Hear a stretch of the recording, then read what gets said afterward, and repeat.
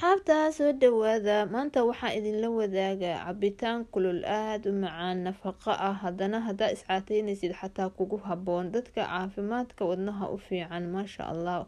Ugu horeyntii marka caanaha aan ku sameynayo waa caanaha qumbaha anigaa soo sameeyey biidni allah videoga ku xiga idiin soo gelinaya. Marka cabitaankan waa trendy markii koowaad aragto aan videogeena gudagalno. Bismillaah allahumma salli calaa sayidina maxamed qaliyaad aan badino saliga rasuulka caleyhi afdali salaatu wasalaam.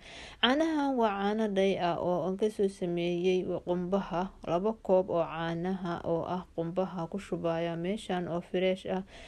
Qaado weyn oo waraangaab ku dara asxaabta runtii cabitaankan inama caadi ma ahan.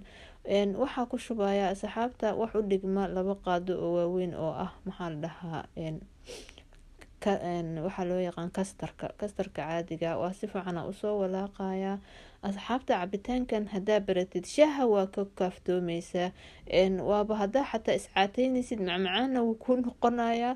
Sokor kuma dari doono laakiin qofkii rabo ku sokorta saa adi jeceshay hadaa sokor ku daraysid laakiin hadda ku dar wax yar beenbeena milixa ku daraya. Asxaabta shardi ma ahan laakiin sokorta adiga soo aadaa jeceshay hadda ku dar. Waxaan ku daraa ani faneele ma haysatid in yar hayla soo tunta soo shiida ku daraysa. Asxaabta dabka soo saare adi 5 daqiiqo kastar waa sida loo kariyo waa taqaanin. Marka alaabtan khafiifa ka soo dhige caanahan marka waxaan idin sheegaa dufanna ma lahan hadaa iscaateynaysid dufankii anaa ka saaray waa idin soo socdaa. Marka aan caanaha soo geliyo biidni allah biri haddii ilaahay nabad nagu gaarsiiyo caanaha soo gelinaya.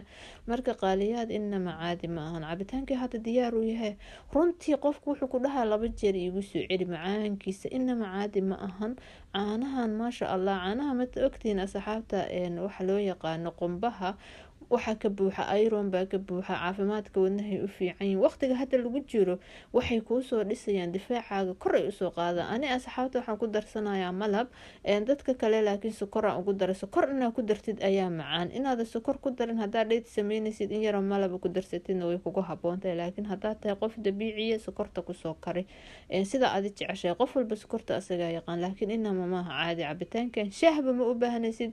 Hadda qaboobaha dadka ku jirana maasha allah waa inagu talinaya ina cabitaankan sameysataan caanaha oo qumbaha oo aan hadana maasha allah nafaqo waay runtii difaacaaga kor u soo qaadayaan fitamiinadooda waxtarkooda waa ka hadli doonaa videoga soo socda.